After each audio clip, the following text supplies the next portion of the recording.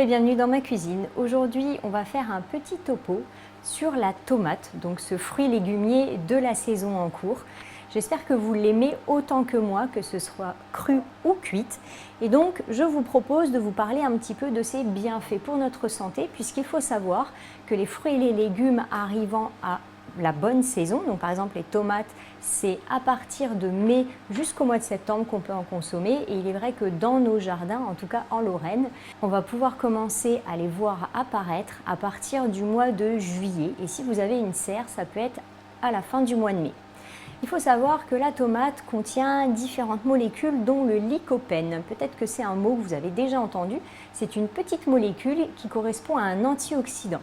Cette molécule va protéger notre corps des agresseurs, comme par exemple la pollution dans l'air, le stress. Mais là, ce pigment, qui fait partie de la famille des caroténoïdes, va protéger votre peau des rayons du soleil. Et entre autres, il va pouvoir également vous permettre de fabriquer de la mélanine au niveau de votre peau pour que vous puissiez avoir un joli teint hâlé sans avoir à vous exposer au soleil. Alors Heather, qu'est-ce que tu aimes comme petite tomate? Les tomates cerises, je crois. Oui? Et tu aimes bien aussi quand les tomates, elles sont cuites à la vapeur? Oui. Oui, c'est bon, hein? Et t'as vu celle-ci comme elle est? Elle est de quelle couleur? Un petit peu noir-rouge. Voilà, c'est ça. Donc effectivement, il faut savoir que le lycopène dont je vous parlais précédemment va être biodisponible, c'est-à-dire plus assimilable par votre corps lorsque vous allez cuire votre tomate. Et oui, ça peut paraître paradoxal puisqu'on parle souvent de manger les fruits et les légumes crus pour bénéficier de leurs bons nutriments. Mais dans le cas du lycopène, effectivement, la chaleur va pouvoir augmenter, en tout cas, son assimilation par votre organisme. Le mieux, c'est quand même de choisir plutôt la cuisson à la vapeur durant quelques minutes pour que vous puissiez en profiter. Mais il existe également d'autres préparations à base de tomates, comme par exemple le coulis ou bien le concentré de tomate, la pulpe de tomate, la soupe.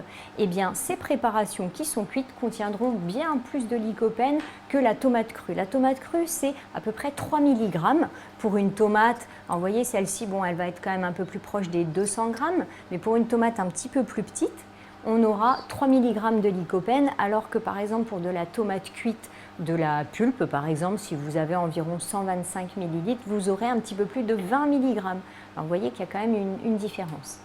Alors ensuite, pour continuer sur les bienfaits que la tomate peut procurer à notre santé, il faut savoir qu'elle a une action hypolipidémiante. Alors c'est peut-être un terme un peu compliqué, mais ça veut simplement dire que ça va vous aider à diminuer votre taux de cholestérol et plus particulièrement le mauvais cholestérol. Donc ça, c'est une bonne chose. Et il faut savoir qu'effectivement, en été, les tentations sont plus grandes, vous pouvez être un peu plus invité, vous pouvez avoir des envies de manger, de glace, de barbecue, etc. Et donc, si vous mangez des tomates très régulièrement, elle vous aidera à vous maintenir en bonne santé. Dernier bienfait que la tomate peut vous apporter, c'est en lien avec votre peau de nouveau.